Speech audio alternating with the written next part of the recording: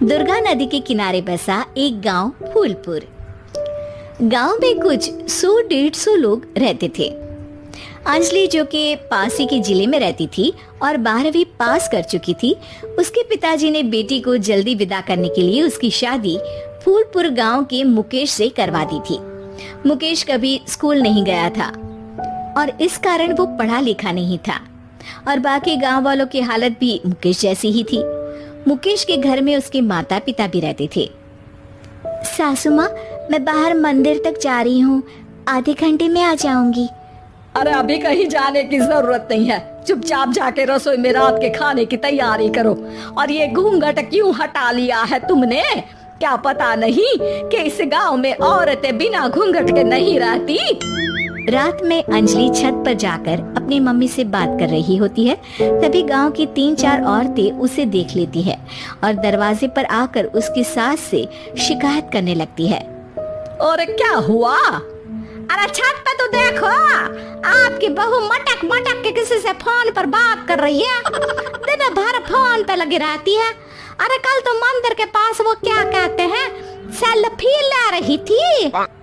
शहर की बहू रखना अच्छा शान की बात है, पर देखना इसके लक्षण से ये तो तुम्हारे परिवार को बदनाम ना कर दे। ये पहली बार नहीं था जब सास से गांव के लोगों ने अंजलि की बुराई या शिकायत नहीं की हो। अब तो ये रोज की बात थी। अंजलि ये सब सुन लेती है। जब वो नीचे जाती है तो मुकेश भी वहां आ जाता है। सास कहती है, बेटा, लोग घर आकर शिकायत करने लगे हैं बहू के कामों की। देख लो, पति हो, संयम से रखो इसे। माँ जी, मैं तो अपनी माँ से बात कर रही थी क्योंकि यहाँ कोई बात करने लायक ही नहीं है और अब मैं माँ के पास ही रहूंगी। वहाँ क्या रहना, वहाँ बाहर के लोग तो ठीक है पर घर के लोग भी इज्जत ना दे सके। अरे नहीं नहीं अंजलि, ऐसा नहीं है, धीरे धीरे सब ठीक हो जाएगा, तुम फिक्र ना करो। अरे बस कुछ बोलना ही नहीं है, सर पे चढ़ा रखा है बहू को। सास मुकेश की नरम बात सुन के वहाँ से मुंह चढ़ाकर चली जाती है।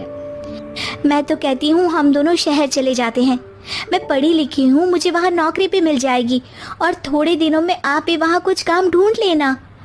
अरे नहीं नहीं अंजलि, हम यहाँ ना गांव का खेत, माँ पिताजी को छोड़कर शहर नहीं जा सकते। माँ पिताजी को कैसा लगेगा और गांव वाले क्या सोचेंगे? ये कहकर मुकेश सोने चला जाता है और अंजलि की गांव वालों द्वारा बुराई का सिलसिला बहुत दिनों तक चलता ही रहता है। लेकिन अंजलि गुस्सा ना दिखाते हुए समझदारी से काम लेती है। बारिश का मौसम चालू हो जाता है। जोरदार बारिश से पूरे गांव में हाहाकार मच जाता है। दुर्गा नदी में बाढ़ आ जाती है और बाढ़ का पानी पूरे गांव की फसल तबाह कर देता है। फसल की ये हालत देखकर गांव वाले निराश हो जाते हैं और बात तो यहाँ तक पहुँच जाती है कि कुछ लोग तो अंजलि को इस सब का दोषी ठहरा देते हैं। अरे पूरी फसल तबाह हो गई, पता नहीं किसकी नजर लग गई है। अरे जब से चौधरी परिवार में ये शहर की बहू आई है ना, तब से ही गांव की शांति चली गई है। इसके कर्म कांड से माँ दुर्गा नदी भी खुश नहीं है। ये सब सुनकर बेचारी अंजलि रोते हुए अपने घर चली जाती है।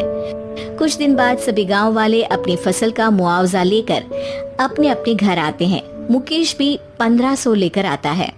अंजलि को जब पासबुक दिखाता है तो अंजलि हैरान हो जाती है। अरे, ये पासबुक में तो उन्होंने 4000 की एंट्री करी है और आपको सिर्फ 1500 दिए। सच में? अरे वो सरकारी अफसर आपको बेवकूफ बना रहे हैं। सरकार की तरफ से हमें 4000 मिले हैं लेकिन बाकी का सारा पैसा खुद ही खा रहे हैं। आप लोग के अनपढ़ होने का फायदा उठा रहे हैं। ये सब सुनकर मुकेश परेशान हो जाता है लेकिन अंजलि उसे हिम्मत से काम लेने को कहती है और सुबह होते ही मुकेश को पंचायत कार्यालय ले जाती है और साथ में गांव के और लोगों को भी। आप सरकारी बाबू क्या गांव के लोगों को बेवकूफ समझते हैं? आपको क्या लगता है ये पढ़े लिखे नहीं है तो आप कुछ भी मनमानी करेंगे?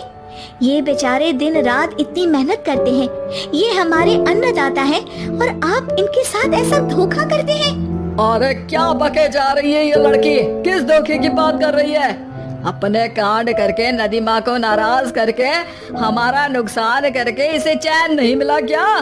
सरपंच जी, इन सरकारी बाबू ने मुझे बेवकूफ बनाया है और मेरे हिस्से के पैसे खुद चट कर गए। बस ये सुनते ही सरपंच वहाँ से दुम दबाकर भाग जाता है।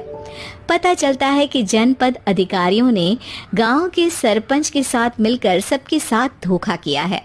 सब लोगों का विरोध शुरू हो जाता है और आखिर में अधिकारी सब गांव वालों के हिस्सों के बचे हुए पैसे उन्हें लौटा देते हैं और कई दिन तक सरपंच गांव में लौटता ही नहीं। अंजलि, तुम नहीं होती तो हम गांव वालों को तो पता ही नहीं चलता कि ये हमें हर बार बेवकूफ बनाते हैं। हाँ हाँ अंजलि बेटी, हमें माफ कर दो।